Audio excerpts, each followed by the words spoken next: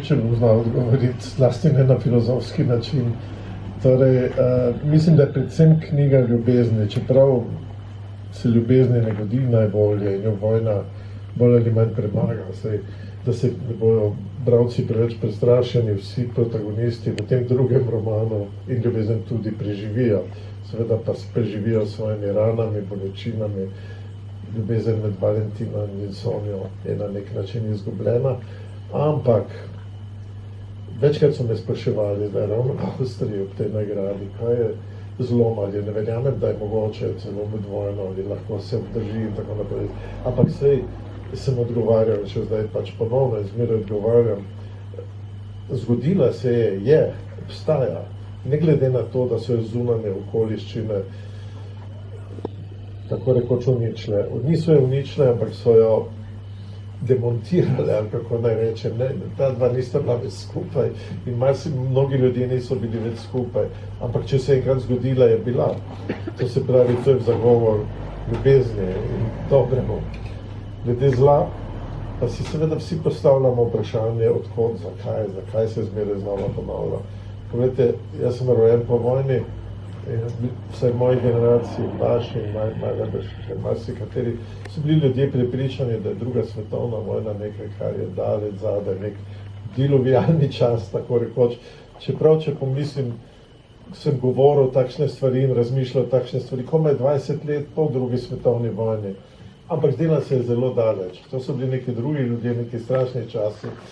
Pozneje sem začel in pozneje v 90-ih letih smo naenkrat doživeli tudi mi v Sloveniji neko krajšo vojno, na Balkanu pa nekaj strašnega. Strašne stvari so se dogajale v Bosni in pozneje na Kosovo, deloma na Hrvaškem in tako naprej.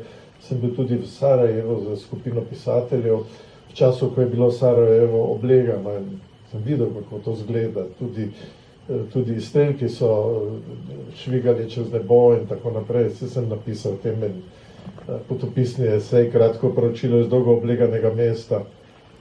To se pravi, mi smo bili vsi prepričani, da se kaj tega ne more več ponoviti, pa se je in to blizu nas. In če se v nobeni generaciji to zgodi, potem je težko verjeti, da se res nikoli ne bo več. Ljudje smo optimisti, jaz sem optimist, moji romani so na koncu optimistični, čeprav so malo nevarni. In verjamem, da življenje gre naprej, ampak zlo se očitno na nek način zmeraj znova regenerira in obnavlja, na nek način se naseli med ljudmi.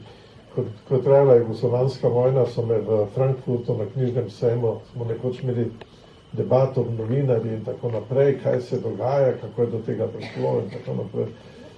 In jaz sem potem rekel, da vidim vse skupaj kot nek neviden oblak, ki kroži nad nami, neviden oblak zla, ki išče na zemlji točke, kjer se med ljudmi nekaj takega dogaja, da se lahko tam spusti in to razvihari in povzroči še hujše opustošenje in strahotne odnose med ljudmi.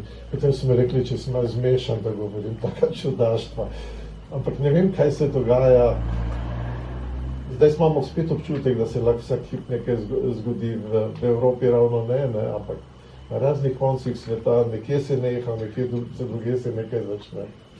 Odgovora vam nisem dal, povedal sem samo, kako razmišljam o tem, na pol metafizično, na pol si skušam razložiti s stvarnimi dogodki. Seveda so zmeraj posredi resnični dogodki, ekonomski, socialni, politični, ideološki, verski, vsi mogoči. Ampak kako je to mogoče, da nimamo te moči, da bi živeli na drug način, da se to ne bi dogajalo?